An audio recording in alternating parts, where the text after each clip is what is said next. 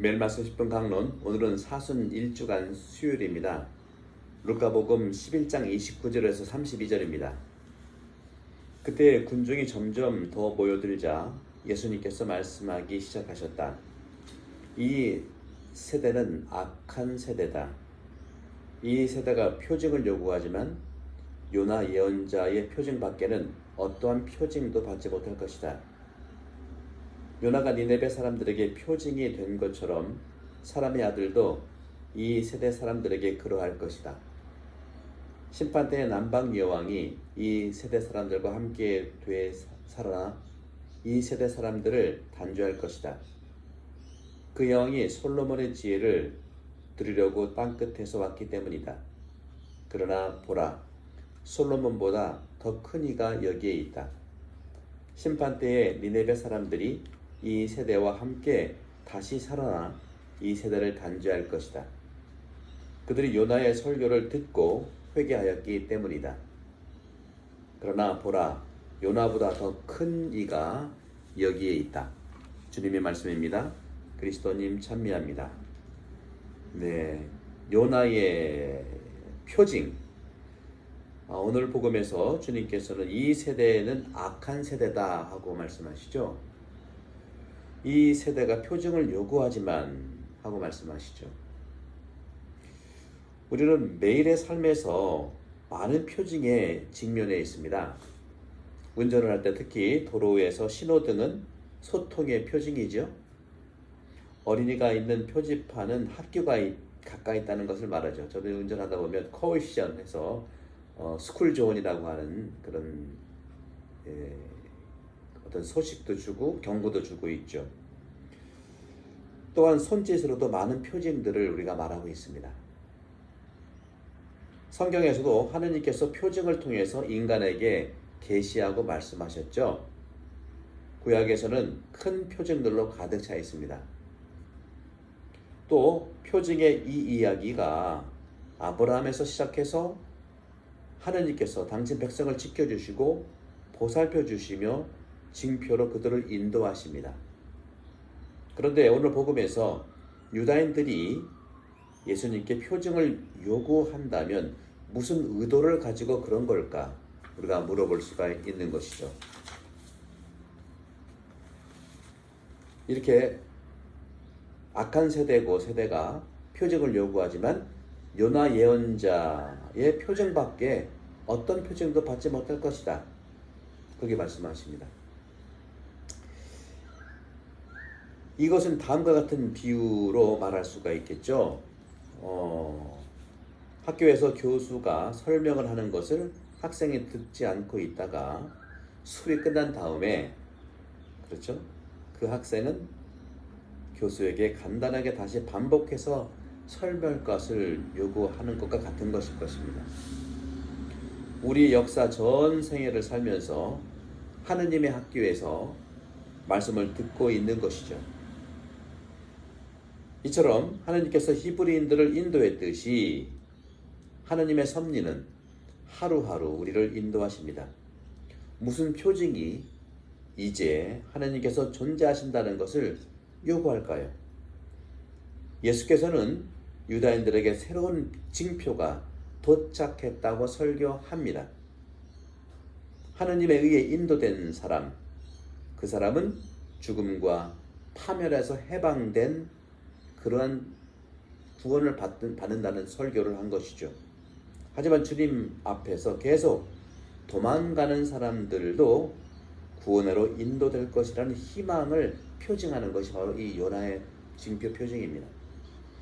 구약에서는 도망가면은 그것이 멸망이라고 했지만 신약 예수님께서는 도망가는 사람들도 요나 징표에 의해서 구원된다고 하는 구원의 보편성을 얘기하고 있습니다. 그것이 바로 요나의 표징입니다. 우리 성당에 있는 분들 다 구원을 받을 수 있지만 성당에 다니지 않고 그리고 하느님을 부정하고 도망가는 사람들도 구원의 대상에 포함되기 때문에 그들이 회개하기를 우리도 기도하고 안내하고 인내를 가져야 된다는 것이죠. 그것이 요나의 표징이고 요나의 설교이고 그 설교를 듣고 회개했듯이 유다인들도 오히려 이제는 그리스도의 죽음과 부활로 구원의 징표를 볼 수 있다는 것입니다. 사실 우리는 모든 삶의 움직임에서 늘 누군가가 나를 그 손으로 인도하고 계신다는 것을 느낍니다. 그 표징을 바라보면서 우리는 느끼게 되는 것이죠. 우리도 요나보다 더 큰 이가 여기에 있다는 큰 표징을 우리 삶에서 바라보고 관상해 볼 사순시가 되면 어떨까 하는 말씀을 드리고 있습니다. 그런 점에서 오늘 복음에서 징표로서의 요나를 한번 더 자세히 살펴보면, 요나라는 인물은 실제로 존재했냐 하는 질문에서 구약 성경을 읽는 사람들은 이런 질문을 할 겁니다. 열왕기 하권 14장 25절에 따르면 기원전 8세기 중반에 살았던 요나 이름의 예언자에 대해 말하고 있는 것이죠.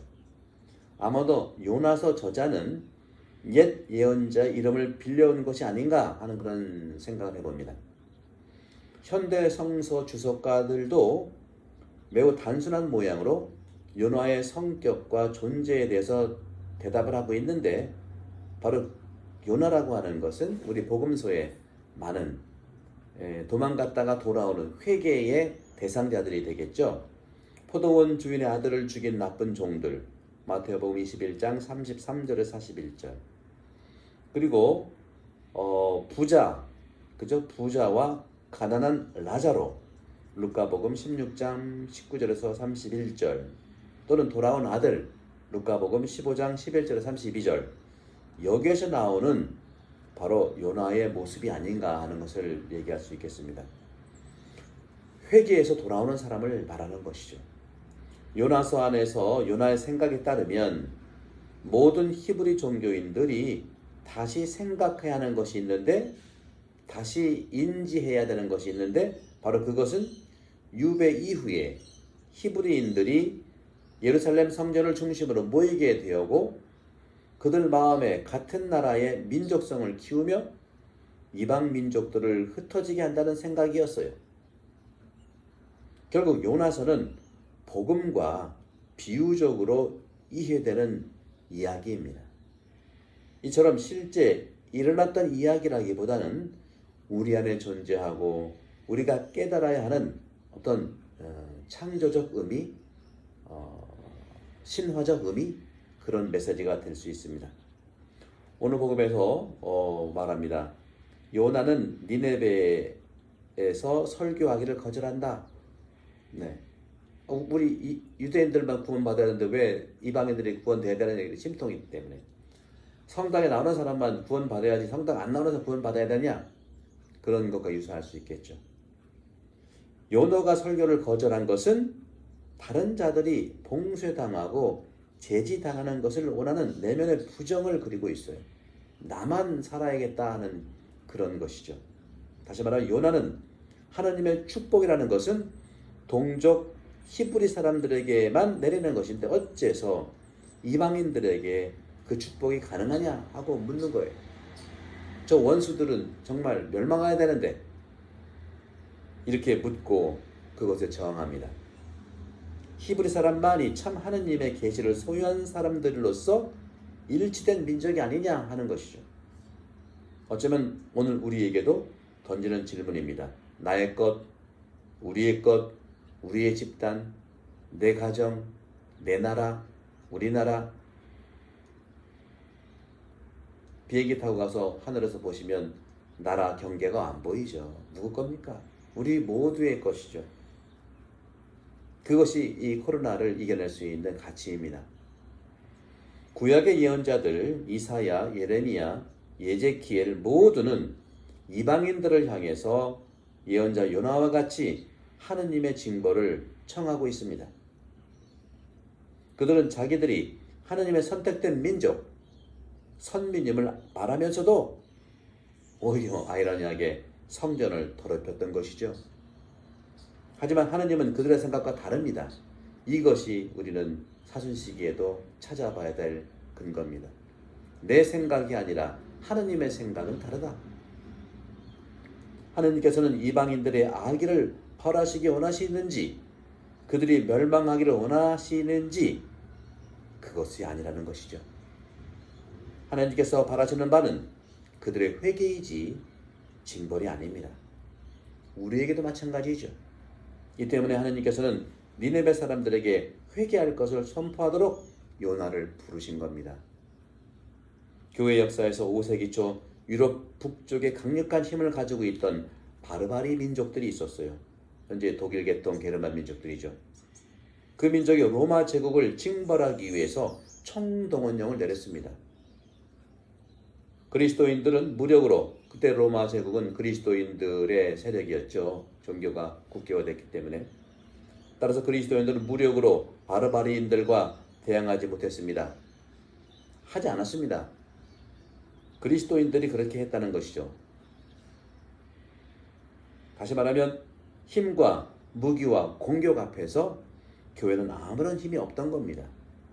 그런데 바르바리 게르만인들에게 유일한 구원의 길은 바로 무기와 전쟁이 아니라 그들이 복음을 받아들이는 회개의 삶이라는 것을 깨닫게 된 것입니다. 그래서 유럽 그리스도교의 온전한 탄생은 바로 무기와 전쟁으로 인한 징벌이 아니라 바로 복음이었다는 것입니다. 로마 제국 역시 바르바리의 무기와 힘 앞에 무너지고 말았지만 바르바리 게르만인들에게 오히려 선교사를 파견함으로써 복음을 전할 수 있었습니다. 승리는 무기가 아니라 복음으로 그들을 회개의 길로 인도하는 것입니다. 오늘 믿는 이들의 공동체 교회의 탄생과 성장은 인간의 힘과 무기가 아니죠. 바로 복음으로 회개하는 요나의 기적만으로 가능한 것입니다. 이 점을 우리는 분명히 알아차려야 합니다. 코로나 바이러스도 마찬가지입니다. 백신은 정말 서로 믿는 마음, 서로 하나 되는 마음, 회개하는 마음, 그것이죠. 그렇지 않다면 세상의 어떤 힘 있는 집단과도 다르지 않을 수 있는 것이 우리의 종교이죠. 아니, 오히려 무능한 것입니다. 오늘 복음에서 뱃속에서, 다시 말하면 바다에서, 고래 뱃속에서 살아난 요나 누굴까요? 고래 뱃속에 들어간 요나가 바닷물 속에 잠겨 들어간 것은 바로 죽음의 나라입니다. 깊고 깊은 바다의 심연은 바로 그리스도께서 부활하셔서 죽음의 장소인, 죽음의 상태인 고성소, 곧 저승으로 내려가신 것을 의미합니다. 하지만 요나는 죽음의 나라에 가두어 있지 않고 바닷물 속에서 살아났는데 이것이 바로 요나의 징표, 곧 부활하신 그리스도의 영적 승리를 말하고 있는 것입니다. 요나는 살아가는 우리들의 믿는 이들의 모습입니다. 하느님으로부터 계속 도망가려고 시도하지만 결국 주님 앞으로 가는 우리 신앙인을 대표하고 있는 각자 신앙인의 모습이죠. 하느님의 원의가 나를 통해서 모든 이에게 나가는 길, 우리의 길, 요나의 길입니다. 비록 우리의 생활이 힘들고 질투나고 우월감에 빠진다 해도 주님이 나를 이끌어 주시리라는 그런 믿음을 가지면 요나의 기적이 반드시 일어날 거라는 희망을 오늘 복음은 전하고 있습니다.